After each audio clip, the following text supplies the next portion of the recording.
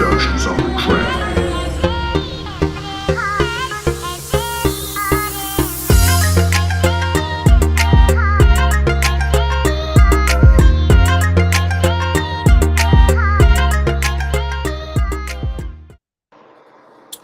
What's going on, everybody? This is Case Study QB, and we are the Political Junkies back at it again. What's going on, Chef? I got David.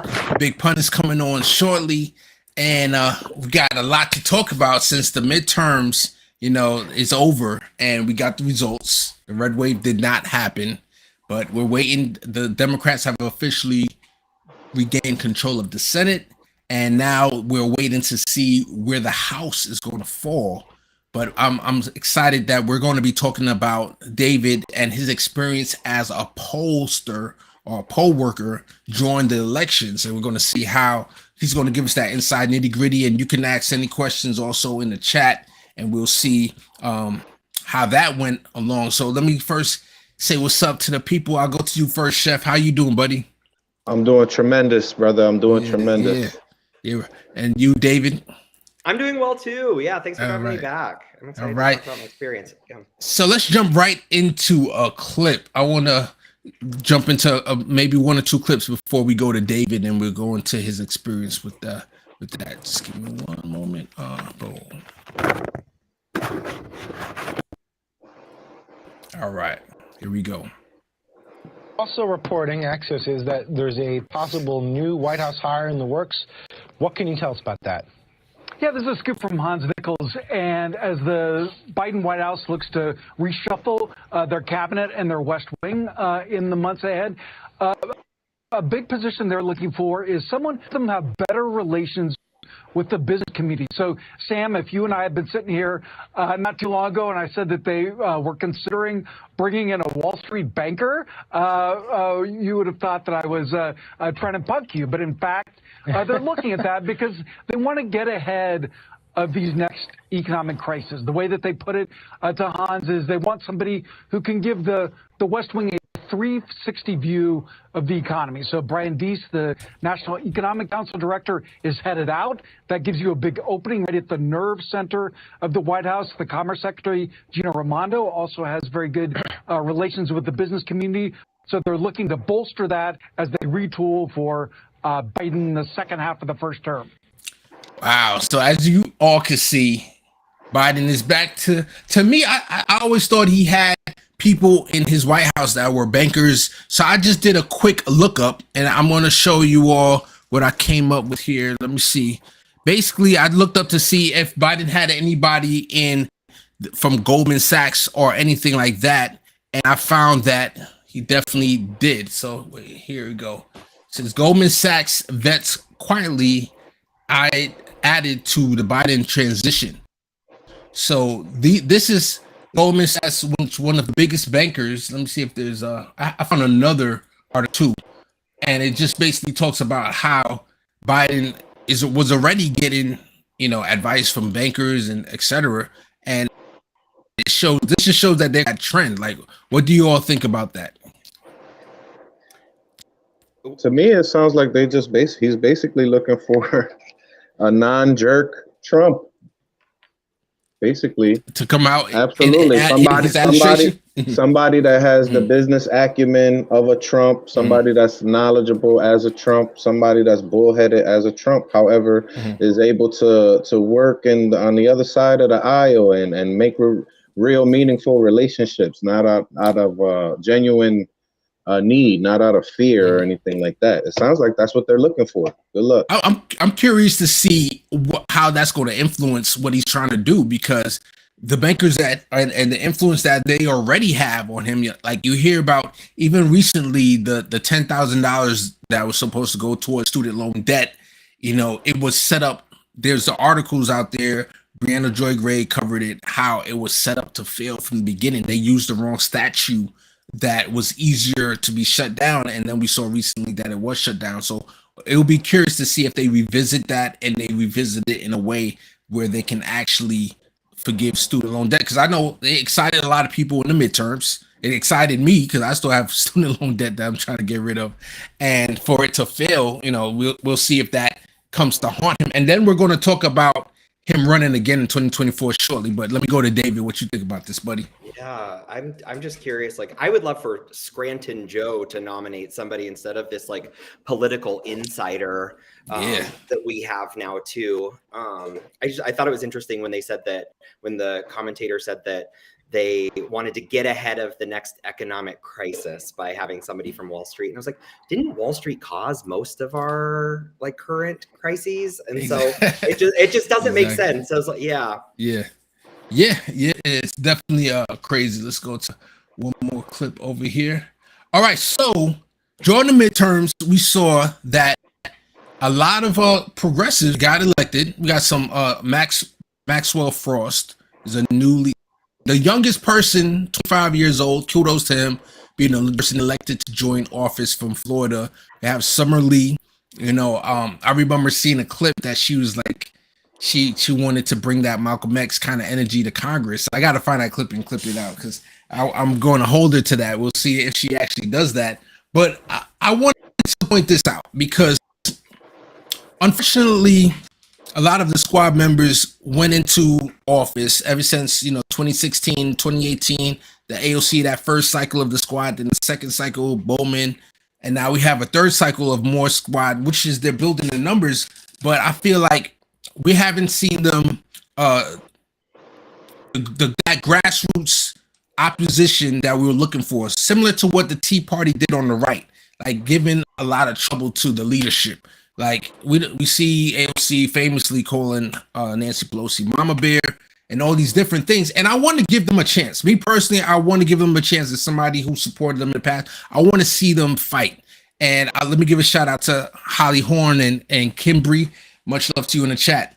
So, but I also want to call people out. This is very important. If I ran for office, if David runs for office and gets in there, you best believe that Case is going to be looking to see if you change up on us, and we're going to call it out when we see it, even though you're our friend, much to you, but we got to keep it, we got to make sure that people stay humble. So I want to show this clip because of Ryan Grimm talking about Maxwell Frost and talks about how he ran his campaign. And I'm not going to give away the whole bag right now. Let me let you watch that. Boom. Frost was an active member of the group that organized that march, Florida Palestine Network. And once he started his run for Congress, according to multiple sources I spoke to for a story just published in The Intercept, AIPAC and an allied organization, Democratic Majority for Israel, took extreme interest in his pro-Palestinian activism.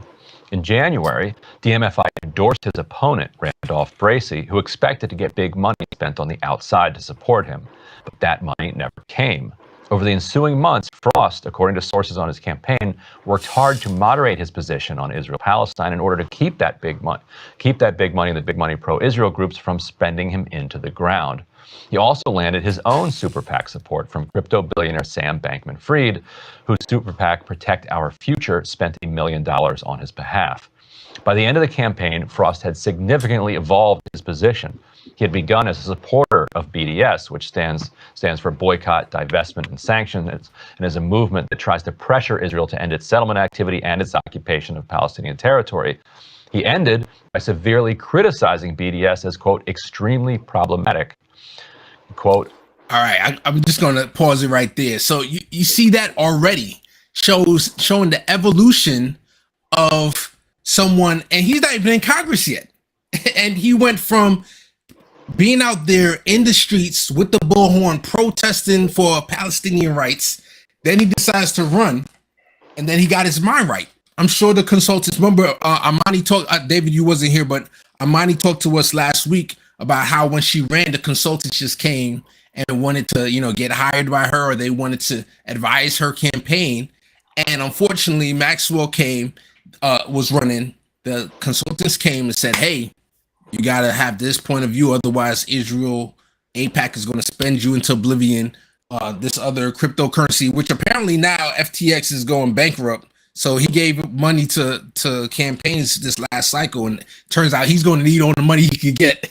But I wanted to bring this up to show how the mindset of somebody that just changing is compromising their position. And it's like, what can you do in this situation, or what expectations do you have for Maxwell Frost when you see he makes moves like this? Anyone here wants to go first? Unfortunately, that's something that I see all the time during my volunteer efforts and working with the Democratic machine. And it's sad, unfortunately, that people who start off with the best intentions of the world end up selling their soul for one reason or another. I just think that is real sad, and it's really hard to find politicians who are genuine in their efforts. I believe everyone starts off that way, but it's very hard to fight temptation in that, because everybody's got lobbying for what it is that they want you to vote on in their favor. So how do you balance that? It's very, very difficult. Yeah, totally. What you think, David? And then I have a clip from Maxwell that I'm going to play after David. Sure. I would hope that the people who helped get me elected to some sort of office would hold me accountable. I think that the best politicians are accountable to their voters, and especially because the ones that the tough votes seem to be when they're against people in positions of power, or with people, or against people with money. And so I would love to think that it would be a grassroots movement, and that I'd be representing the masses. I've also been particularly interested in exploring the 501c4 tax status lately, which is around super PACs, and about how they're nonprofit entities that just advocate for a social welfare for social welfare. And so again, it's just a way for really wealthy people to skirt paying taxes. So yeah, it's just 100%. All right, let's bring in my man Big Pun is in the building. What's going on, brother? Hello. Yeah. All right, cool. Test your mic. Let me just make sure your mic is good. Can you hear me? Yeah, it's kind of low. I don't know if you can, okay, but I will. It's all good. So yeah, we're just talking about the midterms, and we're talking about Maxwell Frost. I don't know if you saw that before, but basically it was a clip of how when he started off as an activist for Palestinian rights. It showed him with the bullhorn, showed him out in the streets protesting, and then when he ran for office, he got his mind right, because the consultants that Amani was talking about last week, the consultants came, probably advised him and said, hey, AIPAC is going to spend a lot of money in your race if you don't, if you keep the same stance. And also a crypto billionaire who's apparently now FTX is going bankrupt. He moderated his views on boycott, divestments, and sanctions, which I'm so baffled. I feel like I'm gaslighted when I hear people say, oh, you can't do BDS towards Israel for Palestinian rights, when that's exactly what Nelson Mandela and what we use in South Africa for Black people to get rights in South Africa, BDS. And it's nonviolent. It's a nonviolent way of protesting and taking action. So what's so wrong with it? Wow. Yep. Yeah. So let me show this last clip. We're going to talk about Maxwell Frost, and it's going to be interesting what he talks about. Here we go. Okay. What did you learn by running for office? You have a contested primary, and then a not as contested general election in a seat that's heavily Democratic. But you got to start sort of from somewhere. So, what was the most surprising thing about learning to run for office? I'd say two things, and they both have to do with the first one is just how much money it takes to win these campaigns. In my primary, we raised $2 million and we spent $2 million, right? And just learning how much time it takes for call time and fundraising and building up a program really showed me how much election reform we need so our candidates can spend more time actually speaking with voters and raising money. Explain to people that are watching what call time is. So call time is when you're calling donors and you're essentially pitching yourself, cold calling people. And you've got a sheet and a phone, right? Exactly. And we actually did something where we used kind of organizing tactics in our fundraising, and I would sit at a table with literally 8 friends. We'd all be calling and dialing at the same time. They would throw the phone in my face, and I would talk to somebody when they answered, just because we wanted to make sure that the volume of calls was high, because we knew we'd have to raise a lot of money because I'm a first-time candidate. and we knew to get our message across, we needed the resources to do that. Right, because you also have name recognition, right? I mean, you've got a district where Val Demings is the incumbent. Everyone knows who she is. No one knows who you are. Exactly. You're starting at zero. Yeah, we started at zero. I mean, our first poll had me at 3%. We ended up with 35%, winning it by 10 points. And the way that we did that was by knocking every door, but getting the money we needed to hire a good staff. We had a field team, 4 organizers and a field director. We spent a lot of money on that. And I just want to make sure we raise the money to pay a good wage, to really walk the walk right in the campaign and get our message across to everybody. I want to ask. All right, I'm gonna leave it there.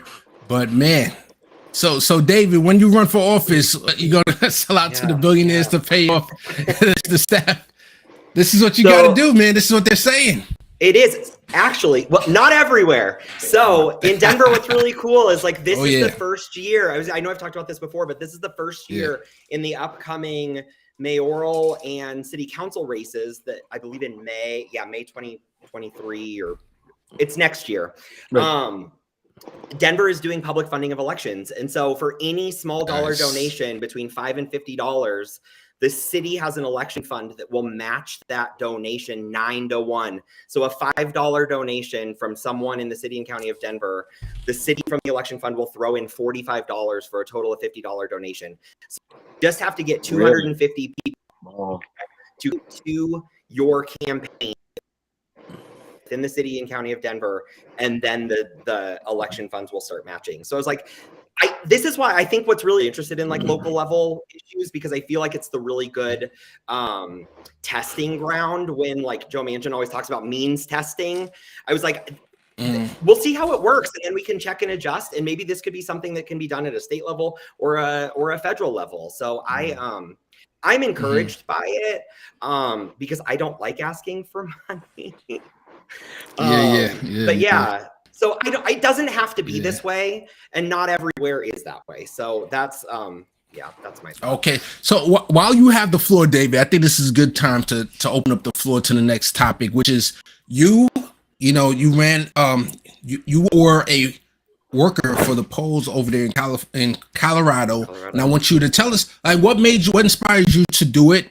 And how did you fill out your form? How hard was it? Like, are they just accepting anybody, or do you have to have certain credentials? So that's my first couple of questions. And then I know Chef has some, and Big Pun if you have any. And by the way, anybody in the chat, much love to you, Holly Horn and RIPs in the chat, and Lambda Man, anybody else. If you have any questions, please put it in the chat, and we'll ask David about him working the polls in last Tuesday. All right, go ahead, David.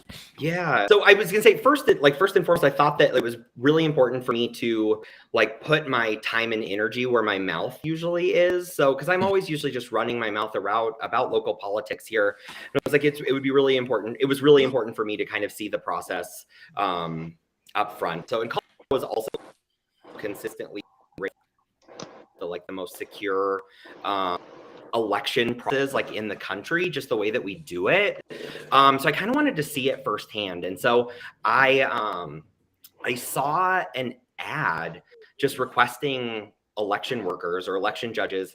It was either on Facebook or Instagram. And I just submitted a form. I think it was like a Google form. And then someone from the city reached out and said, hey, we need some support judges and some registration judges for like for election day and the day prior. So I submitted my interest, and I said, hey, I'm available at these few sites. This is the role that I am interested in doing. And and they got back to me and they placed me at a site. So it was pretty quick. And I also had to go through a training. So I had to go through a training beforehand, and we did some test example cases of what we might experience. So my specific role was as a registration judge. So what I did was and let me clarify too, I was like, this is just my own individual experience. I'm not speaking on behalf of the any sort of Colorado or Denver elections entity, but just my own experience. So so what my role was that I just assisted with new voter registration. So in Colorado, you can register same day. And then I issue ballots to people. So every registered voter in the state of Colorado is mailed a ballot 22 days before election day, along with what's called a blue book. So it's like a ballot information booklet. And that booklet has like a summary. So it has a summary of like all of the measures being voted on, like major arguments for and against the different issues. And those are put together by people on both sides who are supporting the issue. And so they're kind of presenting, hey, this is why you should vote for it, or this is why you should vote against it.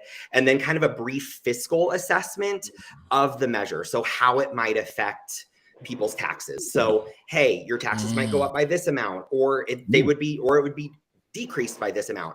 So every registered voter receives that book in the mail before we get our ballots too. So we get a chance to like read through it. So we get one from the state and all the local issues as well. So we got one for Denver, and then and so then we had those booklets available for people too when they came into the voting site. So the in-person poll working that I did was for people who like either had troubles with their ballots, were new voters, or just preferred to vote in person, or lost their mail-in ballot, or it was destroyed. So so the bulk of our voting here is done by mail, or so you can either return it via the USPS, or we have like, I believe I looked this up earlier, there's over 400 drop boxes in the state. Wow.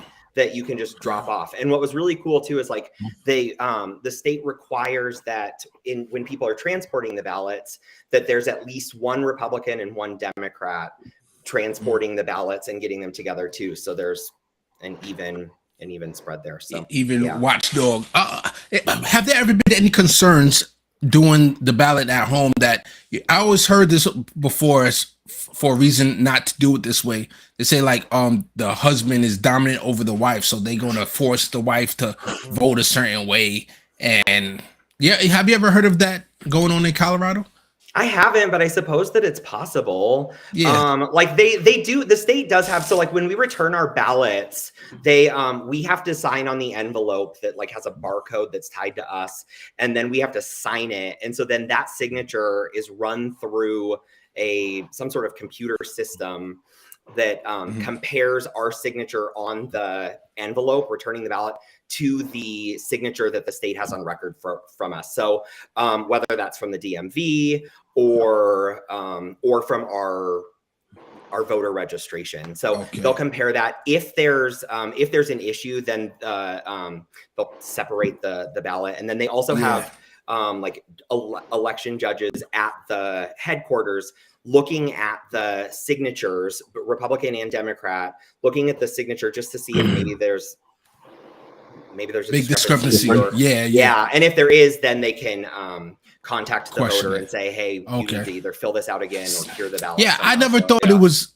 a good enough reason not to do it this way. Me personally, this is my favorite way of doing it, but I've heard people say like the chain of custody. I see Holly Horn put that in the chat, that they're afraid of buffoonery stuff happening. But like you said, you have both the Republican and the Democrat looking over it. But then once we are, I don't know about anyone here, or I'm sure some people here, but me, I'm a big advocate for third parties. So the question is going to come in when you do have a third party that's on the rise, how they will get incorporated into this type of system. I'll be curious to find out how that's going to work. And then go ahead. What's also really interesting about Colorado is our largest voting block is unaffiliated voters. And so in the primaries, you can register as unaffiliated, and then you can select which party ballot or ballots you want to be mailed to you. So so you can select that you're unaffiliated you're an unaffiliated voter, and then you can request that all major party ballots be sent to you, and then you just fill out one of them in the primary. So I think that also, like, what I think is really interesting too is I think that this makes people, at least here on a lot of like the propositions and like ballot issues, I think that like it's hard to determine how someone is going to vote because so many people are unaffiliated. So I would say that we're almost more like issue voters than we are like tribal party voters. Gotcha. Yeah. Gotcha. Chris, Chef, let me go to you for the first question to ask David. I was just curious in Colorado. First of all, it sounds like Colorado is super ahead. But for the folks out in Colorado that do choose to vote in person, what do your voting machines look like over there? Are they the old school pulleys? Are you filling out bubbles and sticking them in the machine? What are they doing over there? Yeah, that's a great question. So everything part of this is also with the election security and like auditing. Everything is done on paper here, so even in person. So we printed out a paper ballot. Everything was connected, like hardwired, so there wasn't any sort of like wireless. Even if you voted on a tablet, that was not connected to any sort of like internet, and it printed out a paper ballot to be placed into like the ballot box. So there's like auditing trails there too. And then also like same thing, if we had to like make an update to a voter record, we had to have a paper backup as an audit trail. Every single thing that we did was backed up by paper. So it was all bubbles. Okay. Yeah. Nice. Yeah. Interesting. That's how we have it here in Connecticut, and I always, boggle my mind, hearing all these nightmare scenarios in all these other states with machines going down and they can't count the votes and all this and all that. We've never ever had an issue since I started voting when I was 18. We just fill out, and we had the old school pulleys back then too. So I don't know. I was just curious to see how a forward thinking state like Colorado, how you guys are doing it. But it seems like we're doing pretty much the same thing, machine wise. Mm-hmm. It was cool. And it was like, and when it was interesting because I lived in Georgia as well. And that was an interesting voting experience because we got like these cards and like, I never know if it was backed up or how it was reported, but I was like, it was interesting because I've always felt pretty good about like the Colorado election, like security and integrity. But I was like, this just even seeing it too, like in person, like the support judges couldn't be more than 10 feet from the ballot boxes at any time. There had to be like at least 2 people there.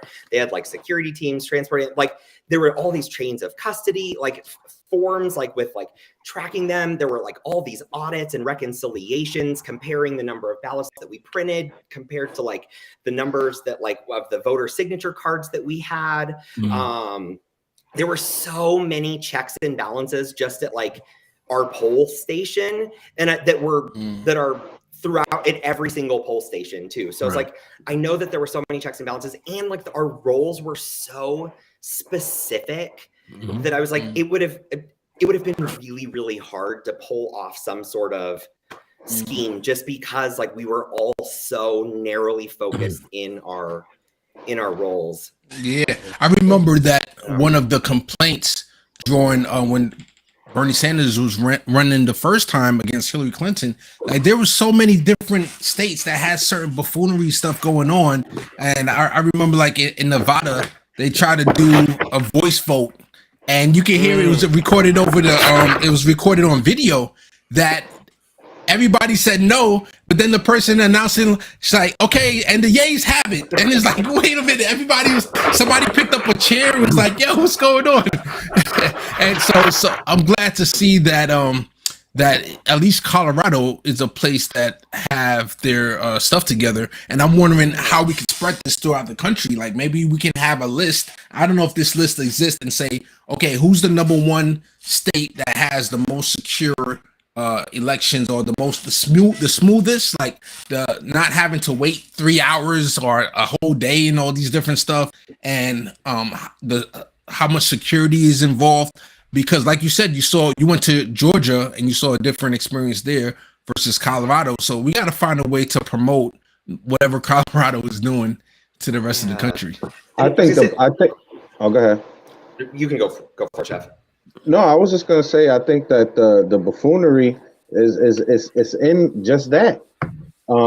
As far as like, I kind of lost my thought. Let me get back to that. I don't know if what you're trying to say is like is meant to be. I don't. But if you're trying to say that, I agree with that. There's certain places that they want it to be chaotic. Exactly. That's exactly what I was trying to get at. Because in chaos, you can kind of get the outcome that you want to get, right? And from a guy living in Connecticut, super liberal state, when I hear of these nightmare scenarios, when I just, casually go in and vote at 7 in the morning with my Dunkin' Donuts coffee, not even giving it a second thought, I can't help but think that they just rigging it. They're doing it like that on purpose. Obviously, like they want to make it difficult. They want it so that people can't go. Where are all these problems that we usually hear? These type of things. Red states, unfortunately. It just makes me wonder why. Yeah. Now, I said Big Pun. Let me get you in here if you have any questions for David. What's the percent? Can you hear me? Yeah. Yeah. What is do you know the percentage of mail-in votes in Colorado to the in-person votes? Like, I don't off the top of my head, but most of it is done by mail. I could look it up and let you guys know. But I was like, something that I think is also really interesting is like when people say like government spending is out of control. Government spending is out of control. It's also much cheaper to do these mail-in elections because you don't have to staff all these polling centers. And so I was like, I think it's great that like there are polling voter service centers open and available for people to access, but you don't necessarily need as like long of hours, like as many days. Right. And that saves money. And then also like the ballots are kind of trickling in over a specific amount of time. So it makes it a little bit easier to count. Right. But yeah, I was like another couple of, I didn't answer your question, but I was like, I can find out. But yeah, most of it is done by mail. That's cool. It is cool. And I was like, and something else that I think is really neat too is like, I don't know if other states have this, but I was like, we have this like ballot tracks program or message or an email that says like, hey, we're like 22 days beforehand. And then we get another text message once our ballot's been received for counting.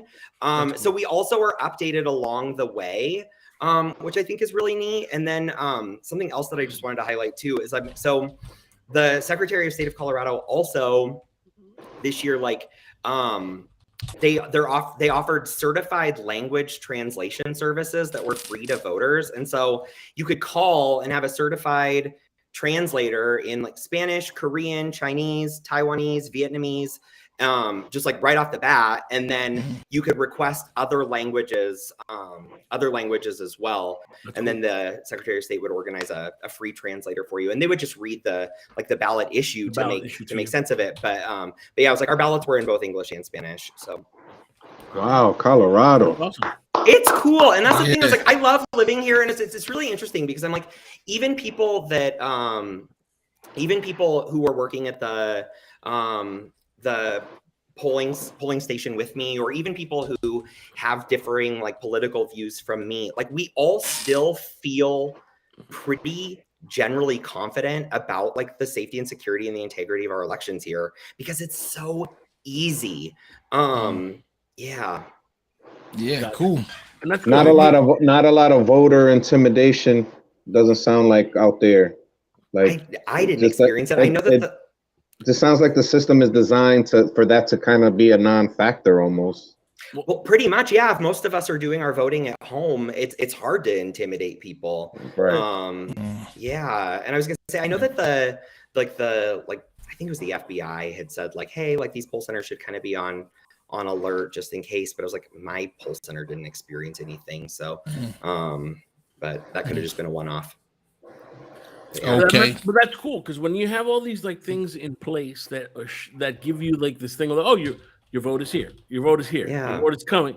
It gives you that sense of confidence in that the system's cool, it's working. If you don't have those things in place and all you see is that just stuff that could go wrong, then that goes ahead and reinforces this is horrible. I don't even know if this is happening. So, Yeah. And that's kind of what we're used to, right? In American culture, like up until this point, you order something on Amazon, you order something wherever, you're getting an email, confirmation email received, left the facility this day. Now it's going to be here. It's at the packaging facility. It's on its way. It's at your house. Like they give you a text for everything. So why wouldn't this just a notification through Alexa? Your package is at the door. Absolutely. It's amazing. It is. Yeah. More automation when ordering stuff than it is through actually putting your vote to, giving you confidence in the vote, which is interesting.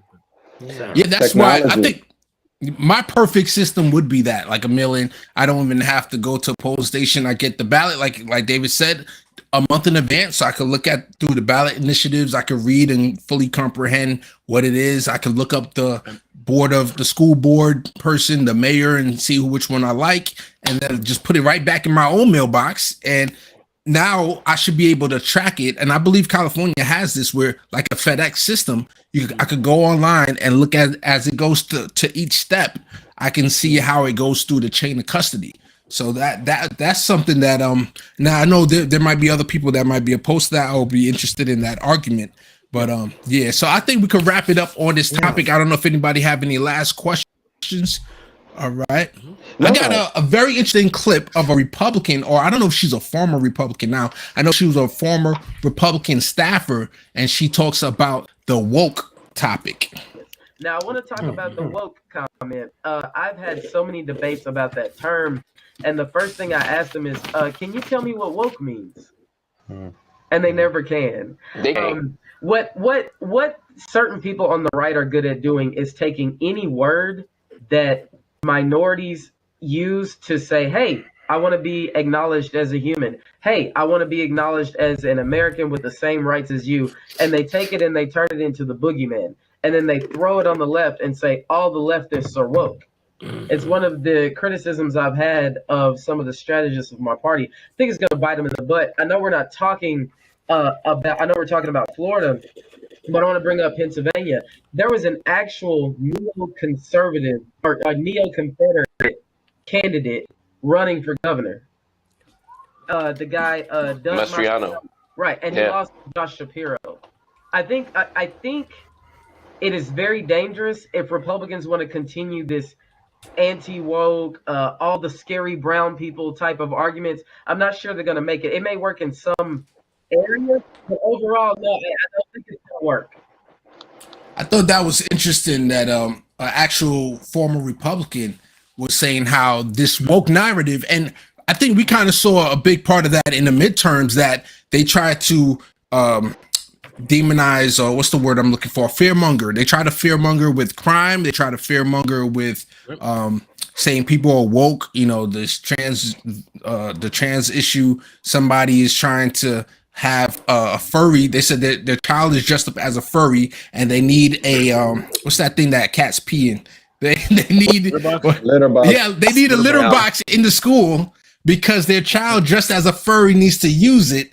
Like all these woke, what people will call woke topics, it turned out that wasn't the biggest issue this past election. And here is a former Republican that she's like, hey, I've been trying to tell my own party that we need to kind of lean off of this wokeness. Let me go to you, Big Pun. What you think about that? You know, so here it is, right? So to me, they take it and they spin it and they try to make it seem something else. I never thought of woke as a bad thing. If someone tells me, hey, man, you're woke, I'm like, yeah, thanks, I am. But I don't think you know what that means. Oh, does that mean that I need litter boxes in classes? No, that's not what that means, bro. Let me enlighten you as to what you think it means. You think it means dumb young kids, right? You think it's the dumb youth that don't know any better and have these ideas that I can't accept, or I have no idea what they mean. So I'm going to go ahead and use this word to go ahead and tell you everything I'm against. And I have run into people, and not to be an ageist, that are people that are older that use this word because they've learned it to be something that they can't associate with, something they have no idea about, right? Which is funny because I actually went to somebody who was of a generation before me, and I said, wait a minute, when there was a time when you guys were out here fighting for civil rights, fighting for justice, and they had words for you that weren't cool, and they used them against you, right? Oh, you hippies. You this, you that, and it's like being a hippie was kind of cool. It was like for some people. So being hip, you see what I'm saying? Being woke, being awake, just being awake of what's out there, and you don't see. And that's what. But they've taken this, especially a guy like DeSantis, who's in a state with a bunch of people that are very much older and possibly out of touch with the current wave of things. And it's like, oh, this is where woke comes to die. This is where old people come to die. Okay, this is where old ideas and people that are out of touch are on their way out. You know, if they were intelligent about this, they could actually go ahead and turn it into something that would actually bring in youth that were conservative and probably thought like them, and gave them that opportunity to have that space to say, hey, I feel comfortable saying I'm a conservative and this is what I'm doing, right? Instead of now you're going ahead and it's very separatist and it's very much misunderstood, and I think it's horrible. But I don't have a problem with anybody telling me I'm woke. That's cool. Shout out to everybody that's woke out there. I feel like the Republicans, they try to find that one thing to demonize the other side with, and to stroke up their base. So, you know, Nancy Pelosi is a topic, AOC is a topic, immigrants are a topic, CRT is a topic. Those are the things that if you go to Fox News, if you play the drinking game with those 4 things on the list, you're going to be hammered within like 5 minutes, because that's all they keep spinning that thing all the way around all the time. I got another clip. Go ahead, Chef. No, I was just gonna say, like, it's kind of like a crazy, perverted. What they're doing is it's a perversion of the word, and it's so funny because it's a perversion of a slang word. Like, I don't even think woke is a real word. Like, it's just for awake, and you know, it's an adjective. The actual definition is an alert to injustice and discrimination in society, especially racism. Oh wow! So, that's really what it means to be woke. You're aware. Of, you know, that's all it is that you are aware of yourself or your history or what's going on around you, and they pervert that to say, oh well, you know, my cat, my child needs a litter box because they're furry or whatever because I'm woke. Nah, you're not woke. You just trying to do something against the norm, I guess. I'm not gonna call it strange because, you know, shout out to the furries out there, but you know. I support safe space litter boxes, but I was actually having a conversation with someone the other day who was telling me that they said the problem with schools today is that there's all the wokeness and the safe spaces. And so I thought that was interesting. And my response to that was, I'm like, I want to live in a world where we don't have to have these segregated safe spaces, because the entire world that we navigate is inclusive and feels safe for all of these identities. And so, I was like, but I was like, but we have to have these spaces where people feel like they can actually fully express themselves, because they can't in the normal world. What's normal? But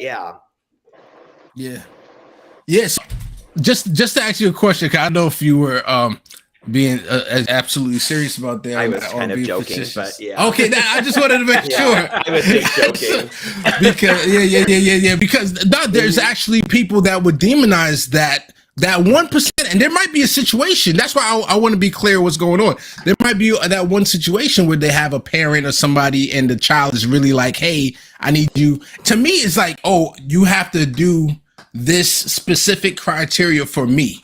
Like, okay, so now that we do it in this one school, every school has to have a litter box. Like, it gets crazy, and they can take the extremes and turn it around against people, or they know how to do that so well. I want to give a quick shout out to my man, Gamer for Life is in the building. Much love to you. And then we're going to go to NYC, where Big Pun is, and check out his man, Eric Adams. Now, I'm joking around. That is not his man. All right, let's see. Here we go, Eric. That was supposed to take hundreds of asylum-seeking migrants is now being taken down. It cost the city more than $500,000, and it's only been open for 3 weeks. Weekend Today in New York's Erica Byfield explains what's next for the people who've been using that shelter. The white tents on Randall's Island set up to house migrants are coming down. The crush of asylum seekers from the southern border has eased. City Hall saying in a statement, the speed has slowed in recent weeks, and as such, the city will demobilize the Randall's Island Humanitarian Emergency Response and Relief Center next week. And that's what we've been asking for since day one. New York has been inundated with busloads of migrants. Citing a strain on the city's homeless shelters, the Adams administration opted to build tents to create housing, originally set up in Orchard Beach. Flooding concerns then led that tent city to move to Randall's Island. The cost of the entire operation remains unknown. All leaders will say is that it cost $325,000 to break it down and then another $325,000 to rebuild it. It's a little questionable that there isn't a public answer for that. That makes me question why they're not giving that information out. The city won't say how many men actually stayed in tents, but we did learn anyone assigned here will check into the Watson, a hotel in Midtown Manhattan. There is space there for 600 asylum seekers. City Council Speaker Adrienne Adams among those who long opposed the tents. She said, "We always believed that this was more appropriate." Then in a tweet, the city's comptroller added this: "Warm hotels was and should always have been the focus." While the mayor used this moment to yet again ask for help, he said, "It is clear we still need financial assistance from our state and federal partners." We're happy it's coming down and want to make sure that we continue to provide dignified welcomes to our newest New Yorkers. We confirmed 24,000 asylum seekers have relocated to New York, and about 17,000 are still here, including the unknown number of migrants from Randall's Island moving to Manhattan. Erica Byfield, News 4, New York. Yeah, so as we can see, Adams is over there wasting money. You know, they put up that tent for all that amount of money when all they had to do was treat these people with dignity and put them up in a hotel. I'm gonna go to the local New York resident first and tell me what you think of that one. So here's the big issue, right? So we talk about hotels, we talk about housing, folks. There's even this idea of offering incentives to hotels that had very low occupancy in order to go ahead and house folks, right? That were asylum seekers. But my big argument, right, with this whole situation is that I believe that there are current structures that are part of the city that are not being utilized. And there's no reason why they couldn't utilize those spaces that already exist in order to go ahead and just do what they had to do to bring folks in, make the places safe, make it whatever it is, and make them accessible. I mean, you know, I get the idea, and I like the idea that the mayor is very open and accepting to folks that are asylum seekers. But then if you want to look at it from a, you know, hey, what's up with this money building up and breaking down? We're talking what, almost $1 million by the time you're done with it. And then what does that really mean? You know, do we have this kind of money? are we flush with cash like this? Is that what's going on? And also it's a bad look, right? The tents are kind of like, first they were going to go to Orchard Beach, which if everybody doesn't know, it's in Bronx County, which is where I live, out by the beach, on the eastern side. Then they brought it to Randall's Island. Randall's Island, if anybody doesn't know, is an island it's not really used for much except for maybe concerts and stuff like that. That's away from the thing. So I think that there is this thing of like, hey, let's put folks somewhere where it's not very, you know, it's going to be like a bother to people, and that kind of stings a little bit when you're going ahead and doing these things. So there has to be a place where we can put folks, and there has to be a place where we can do this with him in a very humanitarian way. But it becomes difficult. But yes, the money thing does come up, and for all New Yorkers, because everything's super expensive and crazy now. But I believe the city may have space somewhere where this could be done in a better fashion. I want to go to David because I want to ask you. It seems like Colorado, they have their things down in so many different ways. I'm curious if you know by any chance how they would approach something like this in Colorado. That's a good question. This is something that we've really been struggling with a lot here, is just in terms of like affordable housing and having enough like shelter space for folks who are unhoused. And so like, because the cost of living and property has gone up pretty substantial, like property values, and like just even buy a home, it's almost nearly impossible now. So it's like, it would be hard, but I was like, I don't know. I was like, I had heard, Big Pun, you could probably tell me if this is true or not, but I was like, I had heard something that like, was there some sort of rule or law that New York City says that like people are not allowed to sleep on the streets because they have to be in a shelter bed, or there has to be a shelter bed? What is that? I don't know if there's a rule. I'm not familiar with that, so I can't speak to it. But I don't know. But that's an interesting situation. I mean, I have no clue if that's possible. If that's it. Yeah, I'm not sure. And so it's like I would love to see a world where we don't have any people who are out on the streets, whether they're asylum seekers, whether they're refugees, citizens, anything. But yeah. But one of the mayor's big problems in the city now is homelessness, and that's led to and that has a lot of different veins coming from it, whether it be folks on the street or whatever it is, crime, people that so there's a lot of different layers to that cake, and I don't know exactly what, and that I know that's a sticking point. And I think that's one of the reasons why they might have done it this way, as opposed to to separate folks from the actual shelter system, where we have folks that are homeless, and these folks that are not necessarily, they're homeless, but they're not necessarily New York City homeless. They're asylum seekers. So don't know if that was done specifically for that particular reason, but. He's got a big challenge ahead of him right now because of that. That's one of the main deals right now in New York City.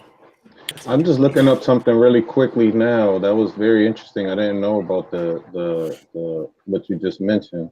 The New York City's right to shelter mandate 40 years ago, Callahan versus Carey case, and basically they settled the lawsuit with the city in 1981, and the city is required to provide a sufficient number of beds to meet the needs of every homeless man looking for shelter. Interesting that's on the books in New York City.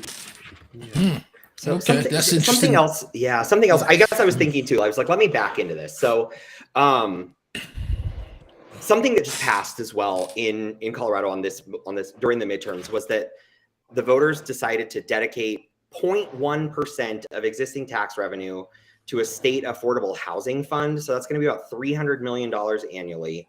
And the goal is to increase housing supply by 3% every year. So the goal over 2 decades is to build 170,000 homes and rentals that are deemed affordable.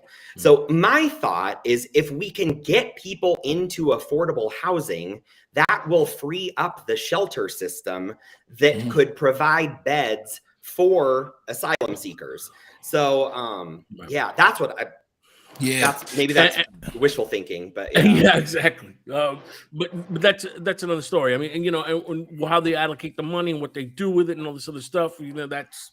But New York City right now has also a housing crisis, right? Because we have not, just like you were talking about in Colorado, where stuff has gotten to the point where it's not affordable anymore. We have folks that, you for one reason or another, you cannot afford to live or work where you are. We just had a housing hearing where they just went ahead and increased the amount of rent that the landlords could go ahead and increase the rent to. And a lot of people, it displaced them. It was just like the jump in the 2-bedroom apartment may have been maybe $900 to $1,000, and for a lot of families that wasn't possible. So they would just get pushed out, and then people are getting pushed out because things are bad. So that's another story. So, and then, the landlords came back with, like, we just survived COVID. Everybody had relief from COVID except for landlords. So, help us out. So it's just a big mess when it comes to housing. The last thing I'm going to say on this is that I remember my dad, he went to Singapore, which I know David went to Singapore as well before. And he said that what they do over there when they see somebody on the street is the police will come, they grab them up and put them in housing.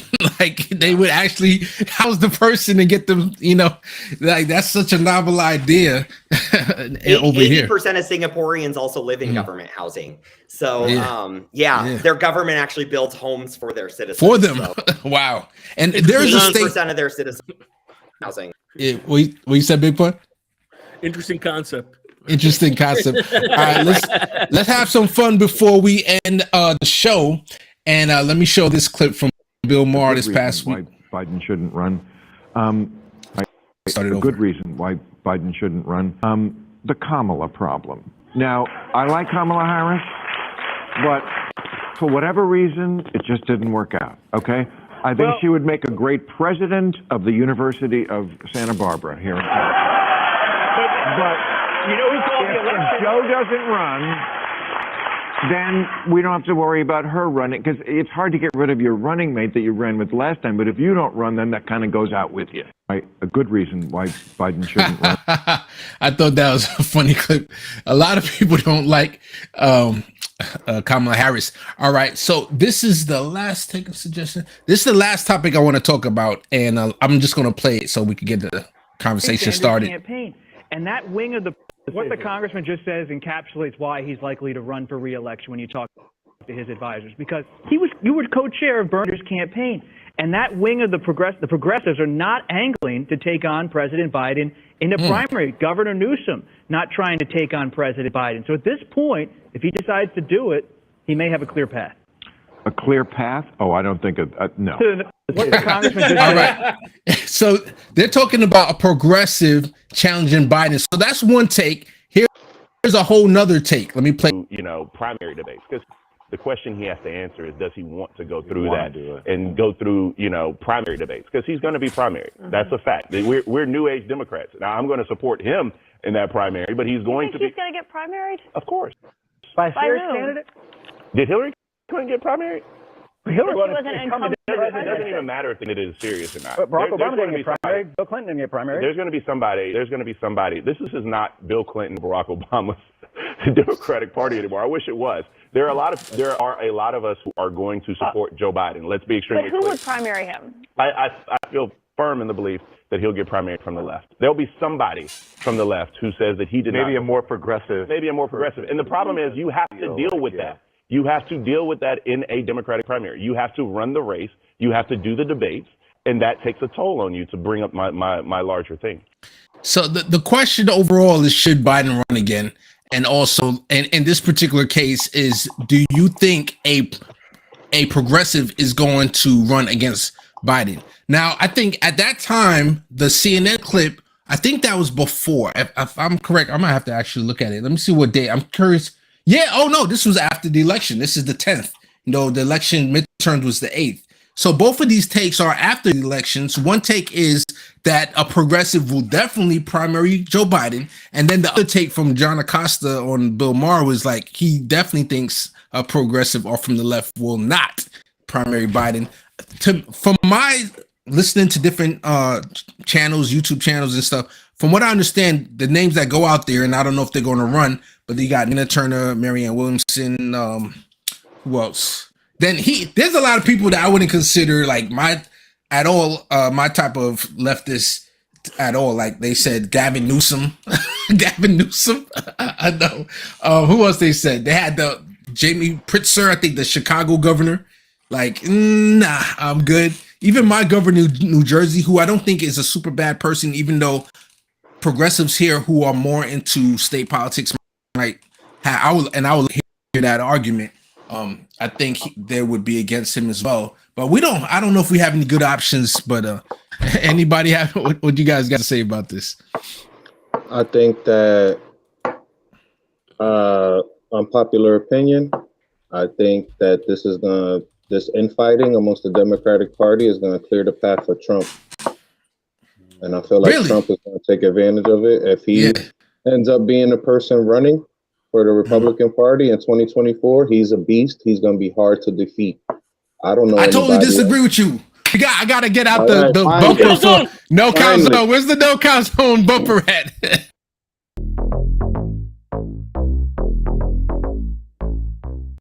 All right, so let's go at it. Let's go at it, because this is my opinion of Trump, and I agree.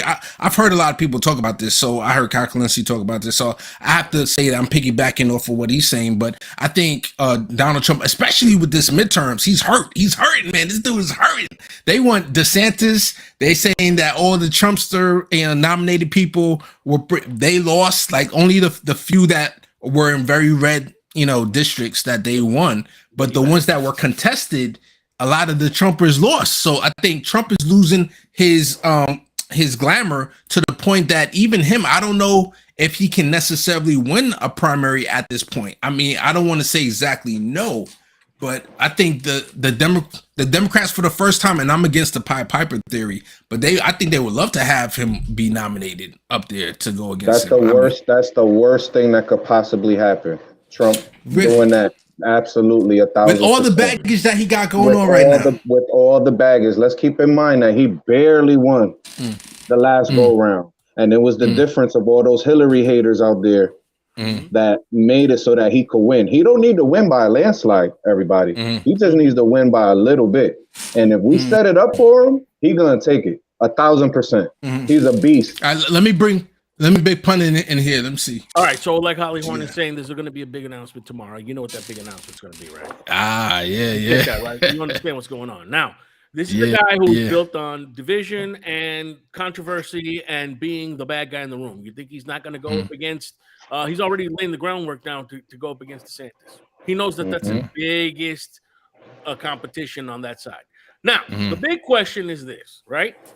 Well, it's two big questions. Number one is, who is going to be the DNC nominee, right? Because that's the big issue, right? Number one, and we already saw that there's some for some reason, Kamala Harris is the most evil person in the world now, so I don't know what's going on with that, right? That's another story, right? But who's going to be their guy, and can they pull it off without Trump? That's the big one, right? Because the last time, Chef, when we were talking about that 70 million people that they almost barely got it over, it was everybody. It was QAnon and the middle. It was the tin hat wearing guys waiting for JFK Jr. and people that are fiscally, conservative. They all got together, and this is it. This is what they were. Without the orange demigod, what is that group? Can they do it? That's what. Absolutely. Absolutely, they can do it because they've done it once already, and they could do it again. And that 70 million is in retrospect. I think people are discounting him. For just to be clear, I am not a Trump supporter. No, I agree. I hear you. I am Democratic all the way, but I recognize the monster that is in Trump. And even with all that being said, I think that he is a formidable foe that we all need to be very much aware of. Without a doubt. I mean, we know he's the Penguin. I get it. I mean, you know what I'm saying? Yeah. If this was Batman, he's the Penguin. I mean, DeSantis is going to be the other dude. But what I'm saying is the Joker. He could be the Joker. He could be Bane. I don't know, whatever. But the point is, which one of these guys, right? All right. So if DeSantis is the nominee, I think they got a clear shot because they got the folks that are getting away from Trump are going to go ahead and consolidate it, right? I'm scared of DeSantis.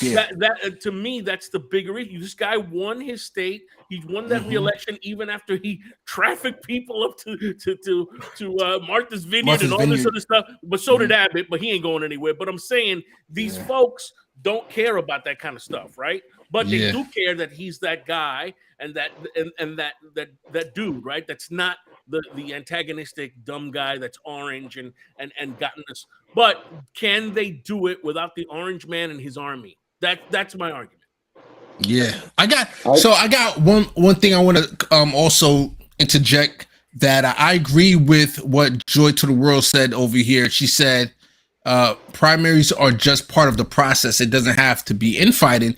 And I'll put out the statistic that what happened the last time that they had the bigger field and the quote unquote infighting, right? The last time was when Biden won. You had all those people running again, Kamala Harris, all those like Pete Buttigieg, and Biden won. Before that, they tried to coordinate Hillary, and it was just like it started off with like 4 people, Martin O'Malley and Bernie, and it ended up being Bernie and Hillary that went all the way. But I wonder what would have happened if they would have allowed a multiple amount of people and not try to coordinate Hillary Clinton. I think Hillary Clinton would have fell off earlier, and then they would have had maybe Bernie would have went up against somebody else who that even if Bernie would not have won, that other person who went all the way, that person won. And then before that, when a Democrat won was when Obama, right? And that's when he ran the first time, it was a whole bunch of people running. Yeah, Mike Revelle, Obama, Hillary Clinton. I think Joe Biden ran that time too. So it's like a whole bunch of people. So my point is, Chef, every time there's a infighting, what you would call infighting, or a whole bunch of people running, it turns out that the Democrats was able to sharpen steel against steel and get somebody finally to be nominated that actually won. What you think about that argument? Well, it's definitely an interesting argument for sure. When Obama won, you know, and there was all this infighting, what really set him apart was when he did that speech at the Democratic National Convention that time. And that's where he really got on the stage. And then, like, for the other side, for Trump, people really started for real paying attention at that first debate, when he was just saying all kinds of crazy stuff. So, you know, when I take all that into consideration, not necessarily policy, but just real life psychology, like with Trump he's gonna murder DeSantis if he gets on a debate stage, and just for that alone, that's what's gonna push him over the edge to get the nomination. And that's the worst case scenario for us as a Democratic Party, because as everybody alluded to on this call, who are we gonna put up against anybody, let alone Trump? So that's what I'm saying. It's only going to take that little bit to get him over, for him to win. And that's what I think people are sleeping. Yeah, he sucks. Yeah, his policies are crazy. He's racist. He's a misogynist, all of that. But guess what? It's millions of people that love this guy. No, 100%. And we'll fight for him and go to January 6th and go to the Capitol and nothing happened to them. Like, that's alive and real. So for people to think, it can't happen again, those are the same people that say he couldn't win the first time, and look what happened. I don't disagree with what you're saying. I think that he's very dangerous because he's the kind of debater that doesn't need facts. I mean, you know, he's the kind of guy that'll come out there. You could go ahead and pull any fact and say anything you've done, like him as a governor of Florida, and it won't matter because he'll be like, "Are you having problems over there? Do you understand what I'm saying?" And right there, that just negates anything that you just said, even though it's a true fact. You know what I'm saying? Yeah. So it's like a freestyle battle. The guy that gets the crowd to go, "Oh," they the guy that won. Even if the line they said was whack, if they could get everybody to be like, "Oh, snap," and that's what he got. And he has that. I 100% agree with you. But like I said, those are the two questions, right? Whether or not whoever they choose, whoever gets chosen over there is going to have the pull of all those people, and who's the DNC going to go ahead and put back? And remember the whole Biden thing. Biden came out of nowhere after that South Carolina situation. All of a sudden, he got catapulted. If you remember correctly, we weren't even thinking that he was like, "Oh, who, Joe?" And again, it's interesting when it comes to vice presidents, as to when you make that move and people see you as that guy. And now he's the guy, and we don't see him as the guy. So, and then we don't see the person that's with him as the woman. So now what? You know what I'm saying? That's gonna be tough. Yeah, so as we close, I just want to say that I was definitely one of those people that was trying to warn in 2016, like, yo, Trump could win. And a lot of people, I remember. I called it. it 9 months before the election. I was like, yo, don't sleep on this dude.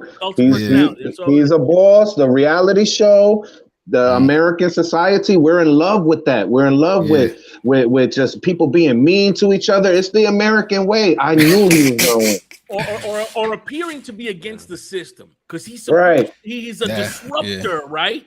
He's like, oh, you know, if you haven't had a chance, listen to the monologue of Dave Chappelle's monologue. Dave Chappelle. We spoke about that earlier. This past Saturday. And he mentions Trump. He mentions like his tactics and the whole thing, and how people are in love with the idea that this guy's so bold that he'll tell you, those things that you think that we're doing in there, we're doing it.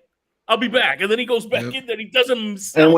And when you look at the map, like to bring it back to the midterms, right? And you look at the map of America and you see what's blue and you see what's red, and then you kind of correlate with the type of people that live in the red and how they can connect with somebody's message like that. F the government. We can't trust nobody. We can't trust China, whatever. And they're just like, word, like, you know, and you get enough of those people together in a room.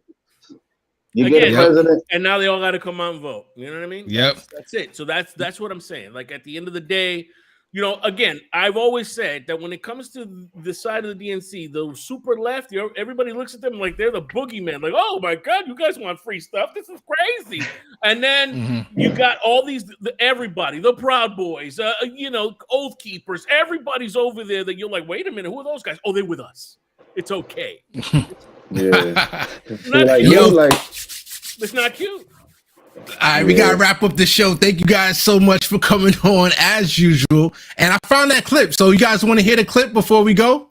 It's long. Absolutely. It's 2 minutes. It's 2 minutes. Okay. Like I found a 2-minute clip. But let me give a shout out to everybody. Gamer for Life, PJ Holly, PJ Chris is in the building. Joy to the world. Thank you so much for coming out. RIP is in the building. Thank you for coming out, everybody. Let's go to this clip as we head out of here. Oh, let me also just give a quick shout out to the Patreon members. Thank you for being Patreon members. Nancy Vancher, Deborah B, PJ Chris, Akiba Shakita, Zachary Guston, and Shanika Thompson. Thank you so much. Let's go to this real quick. And I'm watching the news now. They're declaring the end of the Trump era. Now, okay, I can see how in New York you might believe this is the end of his era. I'm just being honest with you. I live in Ohio amongst the poor whites.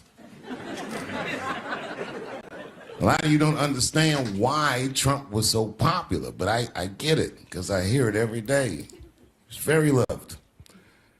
And the reason he's loved is because people in Ohio have never seen somebody like him. He's what I call an honest liar. Well, I'm not joking right now. He's an honest liar. That first debate, I'd never seen anything like it. I've never seen a white male billionaire screaming at the top of his lungs, "This whole system is rigged," he said. And across the stage was a white woman, Hillary Clinton and Barack Obama, sitting over there looking at him like, "No, it's not." I said, "Now, wait a minute, bro." It's what he said. And the moderator said, "Well, Mr. Trump, if in fact the system is rigged, as you suggest, what would be your evidence?" Remember what he said, bro? He said, "I know the system is rigged because I use it." I said, "God damn." And then he pulled out an Illuminati membership card and chopped a line of cocaine up and spit it right into the podium.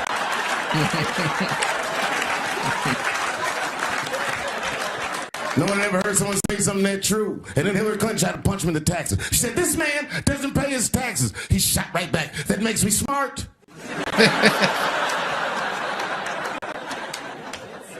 And then he said, "If you want me to pay my taxes, then change the tax code.